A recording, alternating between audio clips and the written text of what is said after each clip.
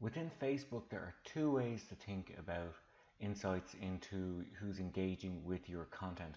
The first is audience insights, and that's found on the page level. So when we're in our Facebook page, we can just go to the Insights tab up the top, and that will bring us to our Audience Insights section.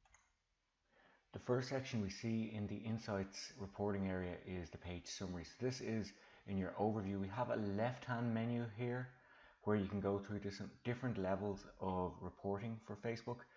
We can see our graphs, we can change our date range up here, and we can export the data.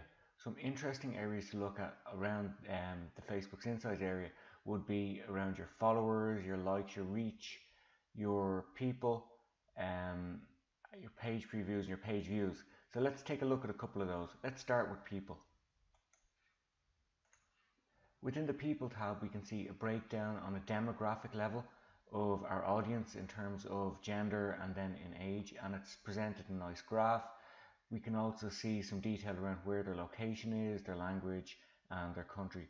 We also have these top tabs here which we're able to toggle between for further data. Likewise, when we want to take a deep dive into our followers, we can click in on this area in the left-hand menu. So within followers, that shows you some acquisition in terms of new follower count over the past number of days.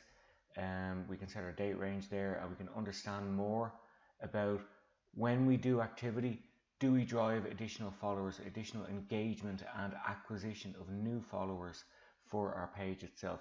It's like the people area, but it's an acquisition view of the people area, and then we can start looking at things like reach and promotions and all of the different report levels we have here. So within Facebook Insights, this gives us a dive into how we acquire and engage our audience. It's specific to audience engagement, but there's also another view within Facebook that's quite useful to understand, and that's the paid promotion area. So we do have some view in terms of paid followers here within our acquisition in followers, but let's look at campaign performance too, and we do this in the Facebook Ads Manager. In order to quickly get back to Facebook Ads Manager, we can go up to the top level, main menu here, and then in the middle we can go to Ads Manager and click on that, and that will bring us to our ad account. Then within Ads Manager itself, we have all of our metrics over here, which can be changed and understood in terms of different segmentation here. We can modify our columns or customize our columns if we want to know a certain combination of metrics that are interesting to us. Our date range is up here.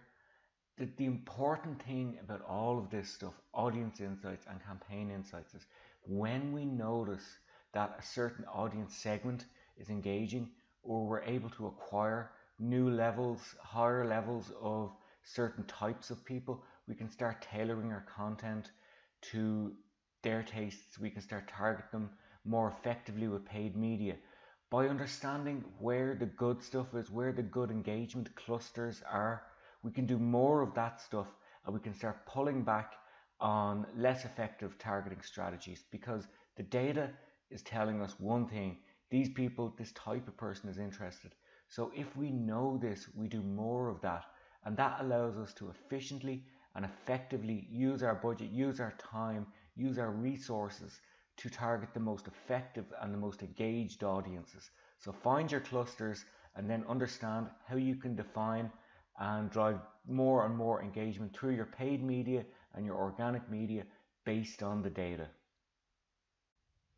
And of course, it goes without saying, for the paid media promotion side of things within Facebook, we're also thinking about Instagram, because the two of them are joined, the two of them are integrated. So whenever you're reporting on any paid media activity, it's not Facebook in isolation, it is generally Facebook and Instagram together.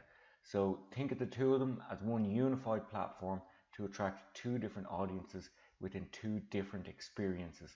But the fundamentals of audience engagement, whether it's on Facebook or on Instagram, is the same. If you find a particular type of content resonates with the Instagram audience, do more of that. If the content relates more to the Facebook audience, do more of that there. You can separate your Facebook and your Instagram activity into different ad sets, remember. So when we did the paid promotion piece, we saw that we could choose mobile or desktop or Instagram or Facebook or all of them in one ad set. It might be worthwhile separating Instagram from Facebook in your ad sets so you can apply a higher or lower budget to Instagram and target the content differently. And it is possible to do that in the edit placement section of your ad set setup within Facebook Business Manager.